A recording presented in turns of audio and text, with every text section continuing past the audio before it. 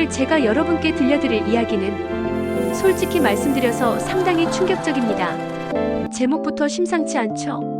회춘 비약과 9명의 과부. 대체 이 둘 사이에 무슨 일이 있었던 걸까요? 이 이야기는 단순한 옛날 이야기가 아닙니다. 여기에는 우리가 나이 들어가면서 느끼는 불안, 젊음에 대한 집착, 그리고 그 집착이 불러온 파멸적인 결말이 담겨 있습니다. 특히 우리 세대 50대, 60대 분들이라면 이 이야기에서 뭔가 묘한 공감을 느끼실 겁니다. 나이가 들면서 예전 같지 않은 몸, 사라져가는 기력, 그리고 다시 젊어질 수만 있다면이라는 간절한 소망. 누구나 한 번쯤은 이런 생각을 해보셨을 겁니다. 하지만 이박 영감은 그 소망이 얼마나 위험한 것인지 깨닫지 못했습니다. 그는 재산도 있고 명예도 있었지만 단 하나 잃어버린 것 때문에 모든 것을 걸었습니다. 바로 남성으로서의 자존심이었죠. 그리고 그 집착의 끝은 상상을 초월하는 비극으로 이어집니다. 이 이야기의 결말은 여러분을 소름 돋게 할 것입니다. 하지만 동시에 우리 모두가 꼭 새겨들어야 할 교훈을 담고 있습니다. 자, 지금부터 조선시대 어느 마을에서 벌어진 기괴하면서도 처절한 이야기 속으로 함께 들어가 보시겠습니다. 준비되셨습니까? 때는 조선 후기 전라도의 부유한 마을. 이곳에는 박영감이라는 사람이 살고 있었습니다. 그는 마을에서 가장 큰 땅을 가진 부자였습니다. 논밭이 수십 마지기, 곳간에는 쌀이 가득했고 노비만 해도 10명이 넘었습니다. 겉으로 보기에는 부러울 것 없는 삶이었죠. 하지만 박영감에게는 한 가지 큰 고민이 있었습니다. 70세를 바라보는 나이, 그의 몸은 예전 같지 않았습니다. 무릎은 아프고 허리는 구부정했으며 무엇보다 남자로서의 기력이 완전히 사라진 지 오래였습니다. 밤마다 박영감은 잠을 이루지 못했습니다. 내가 이렇게 늙어버렸단 말인가? 젊은 시절의 그 기운은 어디로 간 것인가? 그는 거울을 보며 자신의 주름진 얼굴을 만졌습니다. 한때는 마을 처녀들이 뒤돌아보던 잘생긴 얼굴이었는데 이제는 늙은 호박처럼 쭈글쭈글해져 있었습니다. 특히 박영감을 괴롭힌 것은 자존심의 문제였습니다. 젊은 척을 들였지만 그녀 앞에서 아무것도 할 수 없는 자신이 너무나 한심했습니다. 첩은 겉으로는 공손했지만 속으로는 분명 비웃고 있을 거라 생각했죠. 여러분, 이 대목에서 잠시 멈춰 생각해 보시기 바랍니다. 우리도 나이가 들면서 비슷한 불안을 느끼지 않나요? 예전에는 쉽게 하던 일들이 이제는 힘들어집니다. 계단 오르기도 힘들고 밤새 일하기도 어렵고 체력은 금방 바닥나죠. 특히 남성분들은 더욱 그런 불안을 느끼실 겁니다. 남성으로서의 기능이 약해지면 자존감 자체가 무너지는 것 같은 느낌, 그것이 얼마나 괴로운 일인지 아실 겁니다. 하지만 박영감의 문제는 단순히 나이 드는 것을 받아들이지 못한 데 있었습니다. 그는 자연스러운 노화를 인정하지 않고 어떻게든 젊음을 되찾으려 했던 것이죠. 그리고 그 집착이 그를 파멸로 이끌었습니다. 그렇게 괴로워하던 어느 날 밤, 박영감의 집 문 앞에 떠돌이 약장수가 찾아왔습니다. 영감님, 제가 특별한 약을 가지고 왔습니다. 약장수는 기괴한 미소를 지으며 작은 병을 꺼내 보였습니다. 붉은색 액체가 담긴 그 병은 어둠 속에서 이상하게 빛났습니다. 이것은 세상에 단 9병밖에 없는 회춘 비약입니다. 이 약을 드시면 영감님께서 20대 청년으로 돌아가실 수 있습니다. 박영감의 눈이 번쩍 뜨였습니다. 정말인가? 내가 다시 젊어질 수 있단 말인가? 물론입니다. 하지만 약장수는 의미심장한 미소를 지었습니다. 이 약을 드시려면 특별한 조건이 있습니다. 조건? 그게 뭔가? 마을에서 가장 기가 센 9명의 과부에게서 가장 소중한 것을 하나씩 받아오셔야 합니다. 그 9가지 물건이 모이면 이 비약의 효력이 완전해집니다. 박영감은 잠시 망설였습니다. 마을의 과부들이라. 그들은 하나같이 만만치 않은 여자들이었습니다. 남편을 잃고도 꿋꿋하게 살아가는 강인한 여인들이었죠. 하지만 젊음을 되찾을 수 있다는 유혹은 너무나 강력했습니다. 좋다. 내가 그 물건들을 모아오겠네. 박영감은 그날 밤부터 계획을 세우기 시작했습니다. 그런데 여러분, 여기서 의문이 생기지 않으십니까? 왜 하필 과부였을까요? 왜 9명이었을까요? 그리고 왜 가장 소중한 것이어야 했을까요? 당시 박영감은 이런 의문을 품지 않았습니다. 오직 젊어지고 싶다는 욕망에 눈이 멀어 있었으니까요. 하지만 나중에 밝혀지는 진실은 모든 것이 치밀하게 계획된 복수극이었습니다. 박 영감은 다음 날부터 마을의 과부들을 찾아다니기 시작했습니다. 첫 번째 과부는 김씨 부인이었습니다. 그녀는 3년 전 남편을 잃고 홀로 어린 아들을 키우며 살고 있었습니다. 박 영감은 그녀를 찾아가 말했습니다. 부인, 내가 자네 아들의 학비를 대주겠네. 대신 자네가 가장 아끼는 비단 치마를 나에게 주게. 김씨 부인은 의아해했지만 아들의 학비 때문에 어쩔 수 없이 자신의 혼수품이었던 비단 치마를 건넸습니다. 두 번째 과부는 이씨 부인이었습니다. 그녀는 남편이 죽고 빚에 시달리고 있었습니다. 박 영감은 그녀의 빚을 대신 갚아주는 대신 돌아가신 남편이 선물했던 은비녀를 요구했습니다. 세 번째, 네 번째. 박 영감은 점점 더 집착적으로 변해갔습니다. 어떤 과부에게는 돈으로 매수했고 어떤 과부에게는 협박을 했습니다. 심지어 자신의 땅 일부를 팔아서라도 물건을 손에 넣었습니다. 마을 사람들은 수군거리기 시작했습니다. 박 영감이 미쳤나봐. 왜 과부들의 물건만 모으는 거야? 늙은이가 추태를 부리는군. 하지만 박 영감은 아랑곳하지 않았습니다. 그는 아내와 자식들까지 내팽개치고 오직 그 물건들을 모으는 데만 집중했습니다. 밤낮으로 과부들의 집을 찾아다녔고 때로는 한밤중에 몰래 훔쳐오기도 했습니다. 그의 눈빛은 점점 광기로 가득 차갔습니다. 여러분, 이 장면을 보면서 어떤 생각이 드시나요? 우리 주변에도 이런 사람들 있지 않습니까? 건강보조식품에 수백만 원을 쏟아붓는 사람, 검증되지 않은 민간요법에 매달리는 사람, 젊어 보이려고 성형수술을 반복하는 사람들. 특히 나이가 들면 이런 유혹에 더 쉽게 빠집니다. 마지막 기회라는 생각 때문에 더욱 절박해지는 거죠. 박 영감도 마찬가지였습니다. 이게 마지막 기회야. 이번이 아니면 영영 늙어버린다. 그런 생각에 모든 이성을 잃어버린 것입니다. 석 달 후 박 영감은 드디어 9개의 물건을 모두 모았습니다. 비단치마, 은비녀, 옥비녀, 자수 베갯모, 금반지, 진주 목걸이, 비취, 놀이개, 산호 귀걸이, 그리고 마지막으로 고려청자 향로. 그 모든 것들은 과부들이 생전 남편에게서 받았거나 가장 아끼던 유품들이었습니다. 박 영감은 떨리는 손으로 약장수를 다시 찾았습니다. 다 가져왔네. 이제 그 비약을 내게 주게. 약장수는 음산한 미소를 지으며 붉은 병을 건넸습니다. 영감님, 이 약을 드시기 전에 한 가지만 더 해야 할 일이 있습니다. 뭔가? 그 9명의 과부들을 모두 영감님 댁으로 초대하십시오. 그리고 그들 앞에서 이 약을 드셔야 합니다. 그래야 약효가 제대로 발휘됩니다. 박 영감은 고개를 끄덕였습니다. 그래, 내가 다시 젊어지는 모습을 그녀들에게 보여주고 싶어. 나를 비웃던 여자들 앞에서 내 힘을 과시하고 싶다고. 며칠 후 박 영감은 정말로 9명의 과부를 모두 자신의 집으로 초대했습니다. 여러분, 오늘 제가 특별한 자리를 마련했습니다. 제가 여러분께 신세를 많이 졌으니 감사의 마음을 전하고 싶습니다. 과부들은 서로 눈빛을 주고받으며 박 영감의 집으로 모여들었습니다. 그들의 표정은 묘하게 냉정했습니다. 큰 방에 모두가 둘러앉았습니다.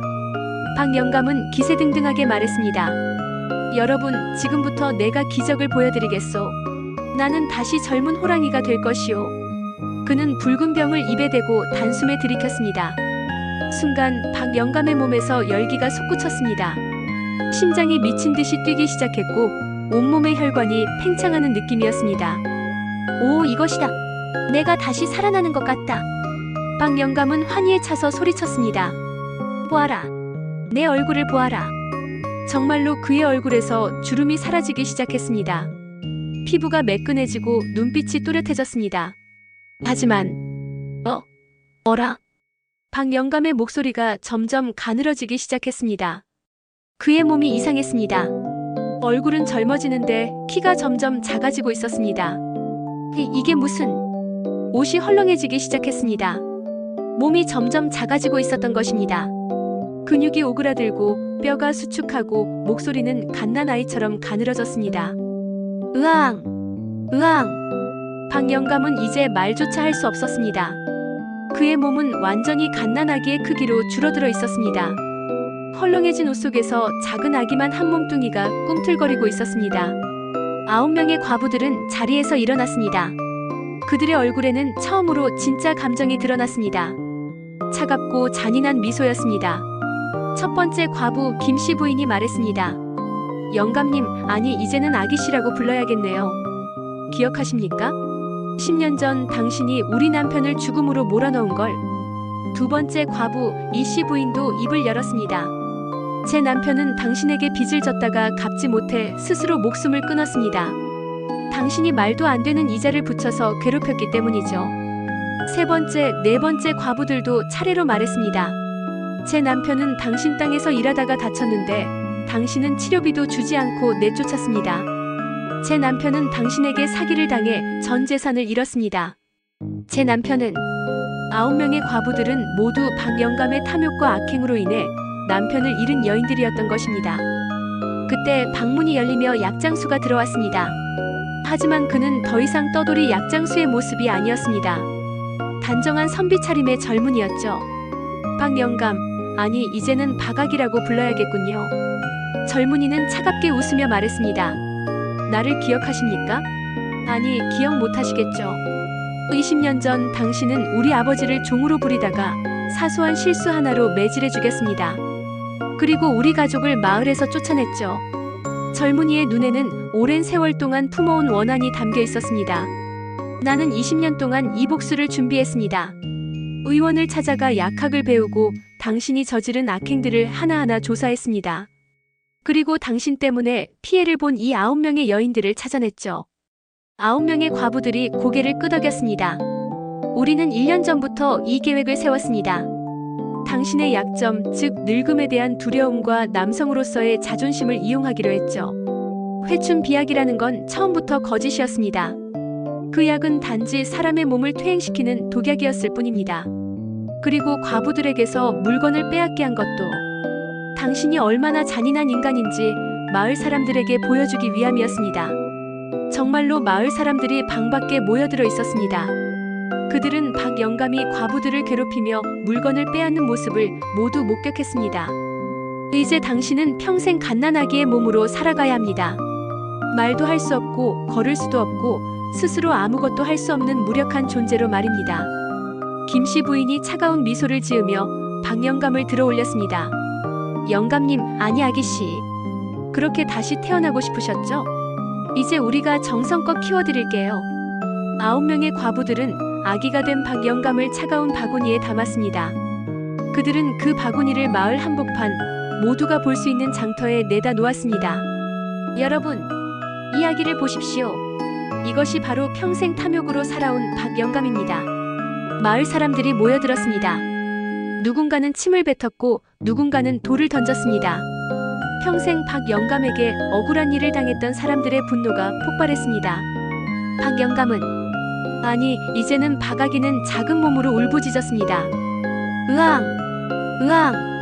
하지만 아무도 그를 돌보지 않았습니다. 그는 평생 권력과 재산으로 사람들을 짓밟았지만 이제는 말 한마디 할 수 없는 무력한 존재가 되어버렸습니다. 자신이 괴롭혔던 사람들의 발길질을 견뎌야 했고 굶주림과 추위를 혼자 감당해야 했습니다.